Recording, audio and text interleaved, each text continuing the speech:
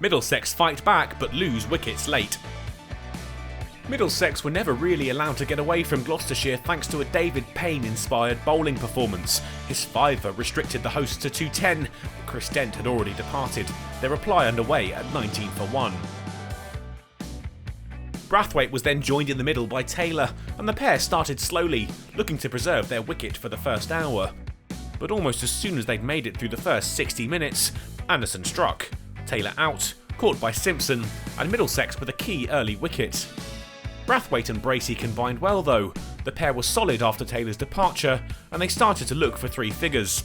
It was a watchful approach, but both men began to find some success as the session wore towards lunch, boundaries more forthcoming with the promise of the interval. Despite the loss of the wicket, Gloucestershire would be pleased with their first session, the score at the break 87 for 2, and the deficit now heading down towards double figures. The hosts had kept a lid on the scoreboard though, and perhaps that pressure told. Brathwaite would fall early in the session, a quite sensational catch from Robson seeing the end of him for 33. Lace and Bracey took their side to three figures, but there was more damage to come. Lace's pads found by Murtagh, out for just 2. Cobain was fresh off the back of a match-winning 100, and he was just what Gloucestershire needed. He helped Bracey rebuild, and they took the score towards 150. Early difficulties dealt with. It wasn't long before Bracey was heading towards another 50, and he picked the landmark figure up with a well-placed shot of Walalawita, another boundary to add to his collection. They were within 60 of the hosts when they passed 150, fortune smiling on Gloucestershire as opportunities came and went for Middlesex. Cobain was following in Bracey's footsteps. The score was almost 200, and his side were a few runs from parity when he turned Harris into the leg side for 2, his half-century coming off 78 balls.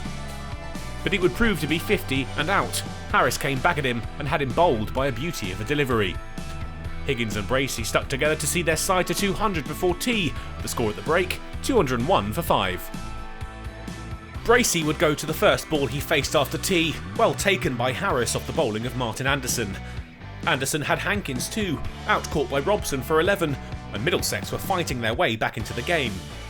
Gloucestershire made their way past 250, but it wouldn't be long before another had to go. Higgins moved to 49 with a 6 over the leg side, but that would be all he could muster. Out LBW soon after.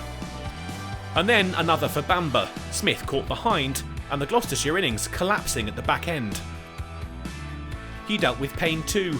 His shot lifted to Hanscom at mid-off, out for 10, and Gloucestershire finished on 273, just 63 more than their hosts. Bracey and Cobain were the only Gloucestershire batsmen to make their way to 50, in an innings which had seen them rather held back by the Middlesex attack. They'd done well to keep their opponents within touching distance. But the hosts were on the back foot early. Robson struck in front, and Higgins had his first scalp of the innings. Holden followed soon after, a great grab from Payne off his own bowling. Middlesex were in a bit of a mire and sinking ever deeper. The captain Hanscom's departure left them in some real trouble. Well caught behind for 4, and their good work in the day unravelling. They survived through to the close without any more damage inflicted. The score at the end of the day, 26 for 3, they were still 37 behind their hosts.